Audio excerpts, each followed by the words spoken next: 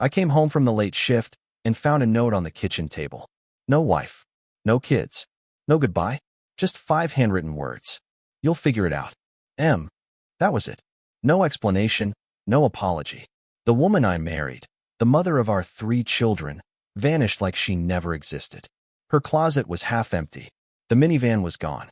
And so were our daughters, ages 6 and 4, and our newborn son, barely 3 months old. I stood in that kitchen, hands still dirty from the auto shop, staring at that pathetic scrap of paper like it might start talking. But it didn't. Just 5 words, and the rest was silence. My name is Adam Brooks. I was 31 years old the night my wife disappeared. A mechanic in East Tennessee, working double shifts to pay off the mortgage on a house we'd picked together. People say you see it coming. You don't. Not when you're neck deep in diapers, daycare bills, and debt. Not when you believe the woman sleeping next to you has your back. I called her phone first, straight to voicemail. Then I checked the kids' rooms. Empty. Cribs stripped. Toys gone. She didn't even leave the baby monitor. I checked our joint account. She drained it down to $37. Credit cards maxed. The minivan was registered in her name. She'd thought of everything. I didn't sleep that night. I sat in that cold kitchen until sunrise. Then I drove straight to her mother's house, 3 counties over. She opened the door like she'd been expecting me. But when I asked where Meredith was, her eyes went flat. She said she needed time. I asked where my children were. She shut the door in my face. I filed a missing person report that afternoon. Police told me it wasn't kidnapping, not if it was the biological mother, not if there was no sign of force, not if the children were safe. For the next 6 months, I did everything short of hiring a private investigator. Every paycheck went toward legal fees. But without an address, without a trace, there was nothing I could do. The courts shrugged.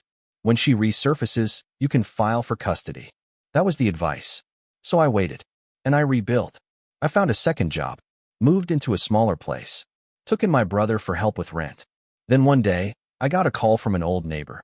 Said he saw Meredith working in Atlanta. I drove 6 hours on a Sunday. Sat outside the address for 3 nights straight. Nothing. That was 18 years ago. I never saw her again. Not until the morning she knocked on my door, dressed like she came straight from church, holding a pie, and smiling like none of it had ever happened. Behind me, my son, now taller than me, stood in the hallway, arms crossed. He didn't speak at first, just stared at her. Then he said 7 words that made her face drop like glass shattering. You're not my mom. You're just a story. She started crying right there on the porch. But I didn't open the door. Not yet. Because I wasn't done watching her panic. I didn't let her in. She stood on the porch holding that pie like it was a peace offering. Like 18 years hadn't passed. Like we were still married. Like she hadn't walked out with 3 kids and a lie. My son didn't move. Just stared at her like she was a ghost. I asked him to go back inside. He hesitated, then turned without a word. Only after I heard the door click behind him did I speak. My voice was calm, measured. What do you want? She blinked fast, already crying. Said she made mistakes. That she wasn't proud of how things happened. That she just wanted to reconnect. I stood there and let her unravel. Every excuse, every tear, every shallow breath. She kept saying she missed the kids. Kept calling them by their names, like that meant something now. Like names could rewind time. She didn't ask about me. Not once.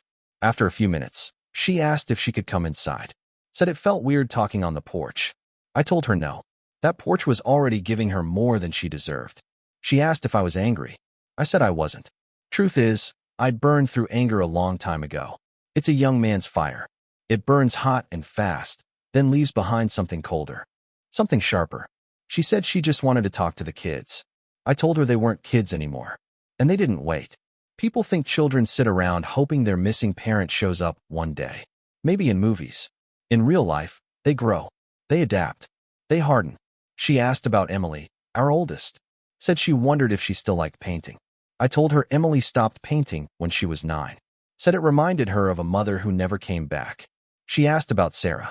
I told her Sarah legally changed her last name at 18. Took my mother's maiden name. Said she didn't want any part of Meredith's bloodline.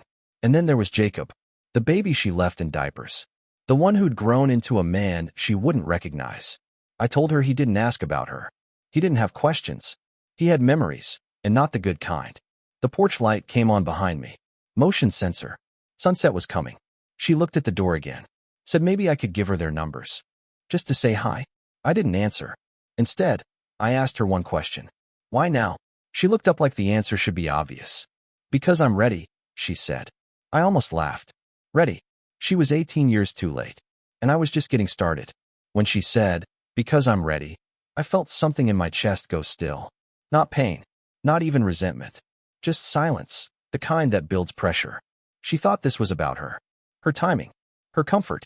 Her redemption arc. But this wasn't her story anymore. She started talking about healing. About closure. Said she had gone through things I couldn't understand. I didn't ask what. I didn't care. Because while she was out finding herself, I was learning how to hold a bottle in one hand and a screaming toddler in the other.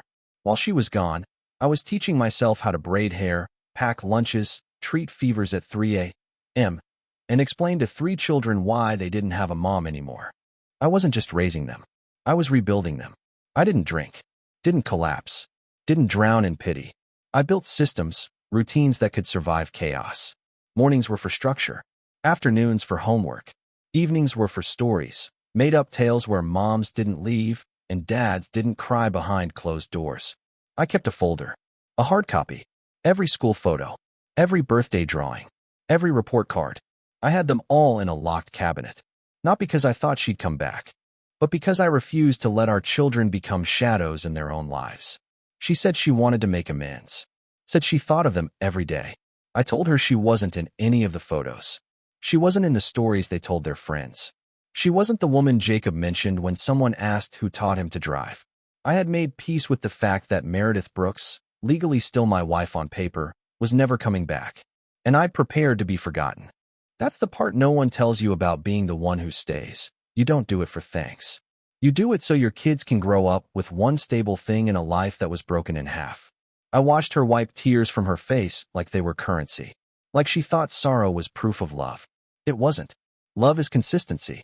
Love is endurance. Love is not walking out and deciding, 18 years later, that you've earned a second audition. She said maybe she could send them letters. I told her the mailbox doesn't reach the past. She asked again if she could come in. Just for a moment. And that's when Jacob opened the door behind me. Calm. Quiet. He looked at her and said, I think you should go now. Then he closed the door again. No yelling. No drama. Just a clean end to a chapter she never bothered to finish. I didn't say goodbye. Because people like her always expect closure. And I wasn't giving her that either. She stood on the porch for a long time after the door closed. Still holding that pie like it might unlock something. But nothing opened. I watched her walk back to her car. Same car she'd left in 2005, somehow still running. As she backed out of the driveway, I made a note of the license plate. Habit. People say the past fades with time. That's only true for people who let it. I never did. I couldn't afford to. When you're raising 3 abandoned kids, you learn to keep records, not out of spite, but out of necessity. I kept an archive. Every doctor's visit, every parent-teacher conference, every scraped knee, detention, graduation, recital. All of it. Labeled. Dated. Backed up. Because I knew one day, someone would ask what happened. And I wanted to have the full story. Not just for me. For them. For the 3 kids she left behind without so much as a warning or a call. I sat at my desk that night and opened the cabinet. Fingered through the files. The photos. The hard truths in manila folders. There was the letter Sarah wrote at 13, asking if it was her fault mom was gone. There was Emily's sketchbook, the one she burned half of, then threw in the trash. I fished it out and kept it. And there was Jacob's first birthday photo. No balloons. No cake. Just me, him, and a Polaroid I took after putting him to bed in a 1-bedroom apartment I couldn't afford. People say children are resilient. That's half a truth. They adapt, yes. But the cracks stay. They just learn how to walk around them. That's why I documented everything. So that when the past came knocking, like it had today, it wouldn't rewrite itself. The next morning, I scanned the street before stepping outside. Empty. But I knew she'd be back. She didn't come this far just to be told no once. I needed to prepare. Not emotionally. That part was over. I needed to protect what I'd built. So I pulled out an old external hard drive. Plugged it in. Began organizing the files into categories. Labeled them for legal use. I called my lawyer. Told him to pull our old case from the archive. The one we opened and closed back in 2006 when she first disappeared.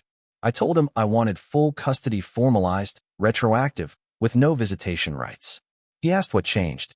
I said nothing had changed. She just thought she could rewrite history. But I had the receipts. And this time, I wasn't reacting. I was preparing. Because when ghosts come back, they don't want truth. They want permission to pretend. And I wasn't granting it. 3 days passed. Then came the knock. It was evening.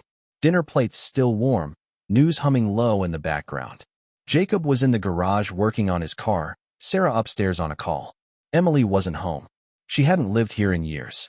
Married now. A mother herself. I opened the door. And there she was. Again. This time, no pie. No smile. Just paperwork. A yellow folder with her name on it. She said she'd spoken with a counselor. Said the counselor encouraged her to reconnect. That she wanted to start repairing what was broken. I didn't respond. She handed me the folder anyway. Said it was her side of the story. That I deserved context. Then she left. I didn't open the folder right away. I placed it on the kitchen table and went back to cleaning dishes. My hands moved automatically. Rinse, scrub, dry. While my mind unraveled like old rope. Because people don't show up after nearly 2 decades unless they want something. And context? Context is the polite word liars use when the truth doesn't serve them anymore. Later that night, when the house was quiet, I sat down with a bourbon and opened it. Inside, printouts of emails, old photos, receipts, even a hospital record. She claimed she had postpartum depression. Said she didn't know how to ask for help. Said her mother discouraged therapy. Told her to just be strong. She said she left because she thought the kids would be better off. She said she stayed gone because she was ashamed. And then, buried in the back, a form for family mediation, with her signature already filled in. She wasn't just visiting. She wanted something legally binding. I didn't feel anger, just a steady confirmation that I was right to prepare.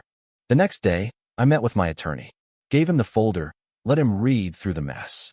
He asked what I wanted. I said it clearly, no contact, no claims, no access. He nodded, said we could file, said the judge might ask for a hearing. I told him I'd show up with 18 years of documented proof, and 3 grown children who didn't need a mother to return, only to be left again. That night, Sarah came downstairs holding the folder. She'd seen it on the table. She asked if I was really going through with it. I said yes. She didn't say much, just nodded, and for the first time in a long time, hugged me tight. Not because I needed it, but because she did. I'd carried the weight for all of us. Now they were old enough to see it, and ready to stand beside me. The hearing was set for a Monday. A small courtroom, neutral walls, 2 flags, a judge with a tired expression, and a desk full of broken promises. I didn't tell the kids they had to come. I told them it was up to them. They all showed up anyway. Jacob wore his ROTC jacket. Sarah dressed like she was going to a job interview. Emily flew in the night before, left her baby with her husband. They didn't come for revenge. They came to be witnesses. Meredith was already seated when we entered. Clean, polished, soft colors. Hair curled like she wanted to be seen as gentle. She looked at Jacob first. He didn't look back. She tried to smile at Sarah. Sarah looked straight through her. Emily didn't even acknowledge her presence. Just sat beside me, hands folded, eyes sharp. The judge started with introductions. Asked Meredith to explain her petition. She said the same thing she wrote in the folder. Regret. Healing. Reconnection. She said she wanted visitation. Holidays, birthdays, grandchildren. She said she was ready to be part of the family again. The judge turned to me, asked if I had a response. I opened a folder, not the one she gave me. The one I had kept for 18 years. Laid it on the table. I didn't raise my voice. Didn't give a speech. Just submitted it as evidence. Then I asked if my children could speak. The judge allowed it. Jacob stood first. Said his father taught him how to shave, drive, file taxes, shoot a basketball, fix a transmission, balance a checkbook. Said he didn't have a hole in his life. Just a scar. Sarah went next. She read a letter she wrote at 15. Never sent it. Kept it all these years. Said she didn't need a mother to show up once she was grown. She needed one when she cried herself to sleep in middle school. Then Emily. She didn't raise her voice either. She just said, I know how it feels to love a child, and I can't imagine ever leaving mine behind. Meredith started crying. Said she didn't expect them to hate her. But hate was never part of it. This was clarity. The judge reviewed the documents. Asked one final time if I was pursuing full and permanent custody, no visitation. I said yes. Not out of spite. Out of protection. She'd had 18 years to change her mind. I wasn't going to give her 18 seconds to change theirs. The judge signed the order. Final. Binding. No appeals. Meredith didn't speak after that. Just picked up her purse and walked out the same way she did the first time, without looking back. Only now, there was no note. Just silence. And this time, it was mine. After the hearing, nobody said much. We walked out of the courthouse into the Tennessee heat. Sunlight sharp, sky quiet. Jacob held the door open for his sisters. Sarah linked arms with Emily. We didn't celebrate. There was nothing to celebrate. Only confirmation of what we already knew. She'd left once. She wouldn't be allowed to do it again. We drove home in separate cars. No music. Just the low hum of tires and thoughts. At the house, I made coffee like I always did. Muscle memory. For mugs. Extra cream for Emily, black for Jacob. Sarah took hers iced now. They sat around the kitchen table, the same one we'd eaten at when they were kids. Same wood. Same knots. Same scratches from the time Sarah insisted on using a steak knife to cut Play-Doh. No one said her name. But she was in the air, like smoke that hadn't cleared. Emily spoke first. Said she didn't realize how much of her childhood she'd locked away until today. Jacob said he always thought she'd come back. He just figured it would feel different when she did. Sarah didn't say anything at first. Then she stood and walked to the hallway closet. Pulled out an old photo album. The one with the missing pages. She opened it on the table. Photos I hadn't seen in years, before everything broke. Birthdays. Christmas mornings. Summer days at the lake. All before the note. Sarah flipped to the last page, then closed it. She gave us absence, she said. So we filled it ourselves. That stuck with me. Because absence isn't just a void. It becomes architecture. It forces you to build around it, under it, in spite of it. And we had. We weren't perfect, but we'd survived. Grown. Found peace in routine, love in the gaps. That night, after the kids left, I sat alone in the living room. Lights off. Just the clock ticking and the sound of Scout, our old lab, snoring by the door. I thought about the first night after she left. The silence. The panic. The sheer weight of not knowing what to say to a 3-year-old asking where mom went. Now, 18 years later, that same silence didn't feel like loss. It felt earned. Because peace doesn't always arrive with joy. Sometimes it comes cold. Precise. Still, the absence she built was hers. The life I built in spite of it was mine. And I'd keep building. Not with anger, but with the same quiet persistence that raised 3 strong kids in the shadow of a woman who chose to disappear. And when she finally realized what she'd truly missed, it wouldn't be the birthdays. It would be us. Together. Without her. A week after the hearing, a letter arrived. Not from the court. Not from her lawyer. From her. Handwritten. 3 pages. No return address. I found it in the mailbox folded neatly, as if order could rewrite history. I didn't open it right away. Left it on the kitchen counter beside the unpaid electric bill and a flyer for gutter cleaning. Part of me didn't want to read it. But part of me needed to know how she'd try to rewrite it all. That evening, I sat at the table. Same chair, same angle, same view of the backyard where Jacob learned to throw a football, and opened the envelope. She started with, "I don't expect forgiveness." Which, of course, meant she did. She talked about guilt. About how every birthday she missed cut her in places no one could see. She talked about Facebook. Said she'd found their profiles, followed them silently, watched them grow up through filtered photos and status updates. She said she wept when she saw Emily's wedding pictures. Said she whispered apologies to the screen. She said she'd saved every drawing, every card they ever made. Kept them in a box, even when she moved 3 times. She said she hoped, one day, they'd understand. She never used the word sorry without dressing it in explanations. Depression, fear, pressure, shame, but never accountability. Not once did she write, "I chose to leave." Because that's the part she still couldn't say. She didn't get lost. She walked out. She didn't get stuck. She stayed gone. The next morning, I called Sarah. Told her about the letter. Asked if I should pass it along. She said no. Said it wasn't hers to carry. I asked Emily. Same answer. Jacob just said, "She's still trying to matter." I tucked the letter into a file marked closed. Because that's what it was now, history sealed by choice. Ours, not hers. That weekend, we hosted a barbecue. Kids came. Neighbors. Emily brought her baby. Jacob grilled. Sarah made her signature potato salad. Laughter filled the yard. Dogs barking. Music low. It looked ordinary. But to me, it was sacred. Because everything I was looking at, the life, the peace, the warmth, had been earned the hard way. Not inherited. Not restored. Built. Brick by brick. By people who stayed. People who didn't need to explain their absence because they never created one. That letter, folded and quiet in the cabinet, would never be answered. Not because we didn't have the words, but because we were too busy living the life she gave up. And no apology could reach us now. Fall came fast that year. The trees in our yard turned gold overnight, as if they'd been waiting for the right moment to shed what they no longer needed. I understood the feeling. Emily started coming by more often, baby in tow. Sarah moved back into town, said the city had lost its appeal. Jacob was talking about applying to the academy. The house felt full again, not because something had returned, but because nothing was missing anymore. One evening, I found myself in the garage, the one I'd once turned into a makeshift nursery when we were too broke to renovate. The rocking chair was still there, covered in an old sheet, but intact. It creaked when I sat in it. Still strong, still steady. I thought about all the nights I'd sat in that chair, holding Jacob as a baby, whispering stories I made up on the spot. Back then, I told myself I was filling in for two parents.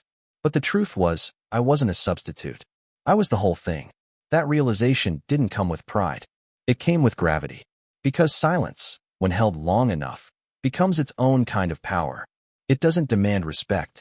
It earns it. Meredith never wrote again. Never called. Never tried to appeal the ruling or show up on holidays. I don't know where she went. And I don't care. Because her absence had finally settled into the one place where it could no longer hurt us. The past. The kids stopped bringing her up. Not out of pain, but because they had better things to talk about. Weddings. Promotions. First steps. Family trips. Life resumed. Not with fanfare, but with a rhythm that didn't need a conductor. And every time I felt that old ache, the one that used to burn when I watched other families smile in grocery store aisles, I reminded myself that we'd earned our smiles differently. Not handed to us. Not preserved by tradition. But carved out of disappointment. I never remarried. People asked why. Said I was a good man. Said I deserved someone. But I already had someone. 3 someones. And they were enough. One night, after dinner, Jacob lingered in the kitchen. Said he wanted to show me something. He handed me a small envelope. Inside was a photo, black and white, taken on film. It was me, sitting on the porch, coffee in hand, dog at my feet. He'd taken it without me noticing. Wrote one thing on the back. The man who stayed. I didn't say anything. Just nodded. Because sometimes, the quietest words are the loudest. And some legacies don't need to be declared. They're simply lived. Winter crept in slow. The kind of cold that didn't scream, it whispered. Crept through the cracks of old doors and settled into bones already familiar with heaviness. I started waking up before the sun again. Not out of anxiety, not like those early years. Just habit. The quiet hours before the world stirred were mine. Scout, now gray around the muzzle, followed me from room to room like he had for over a decade. I'd make coffee, open the blinds, and sit on the porch with a blanket over my lap. Watch the world change, slowly, without asking for permission. One morning, I pulled out Jacob's photo again. The man who stayed. That sentence lived in my chest like a heartbeat. Not because it was sentimental. Because it was true. Staying isn't just about presence. It's about responsibility without applause. Love without condition. Commitment without needing recognition. It's not dramatic. It's daily. Sometimes people think strength comes with shouting. But silence, when held right, becomes armor. Meredith's return wasn't the climax of our story. It was the test. The real story was written in diaper changes at 3 a.m., math homework after double shifts, first heartbreaks, lost teeth, hospital waiting rooms, and the long quiet years where nobody clapped, but everything mattered. I think she expected a battle. Expected us to beg for answers. But we'd already buried the questions. The real win wasn't keeping her out. It was never needing her in the first place. That spring, I finally boxed up the last of the archived files. Not out of anger. Just time. The folder labeled M went into a locked case in the attic. Not erased. Just irrelevant. One night, Emily called. Said her daughter wanted to know why Grandma never came to visit. I asked what she told her. She said, I told her sometimes people leave, and that's their choice. But we stayed. And that's ours. There it was again. The echo. We stayed. And that meant more than anything Meredith could have offered after the fact. Not long after, Sarah brought home someone she might marry. A quiet guy. Steady. Wears worn boots. Fixes things without being asked. I told her, make sure he's the kind that stays. She smiled and said, that's why I picked him. One afternoon, Jacob sat beside me on the porch. Said he was thinking of writing about us. Not a tell-all. Not a revenge story. Just truth. I said, if you do, write it quiet. He asked what that meant. I said, no yelling. Just clarity. Let the story breathe. Let people feel the weight without forcing it. He nodded. Understood. And in that moment, I realized something I hadn't said out loud until then. We didn't just survive. We taught silence how to speak. And when the noise fades, all that remains is what you built. We built everything. And we never raised our voices to do it. What would you have done in my place? If the story hit you, leave a like. And don't forget to subscribe. It only gets stronger from here.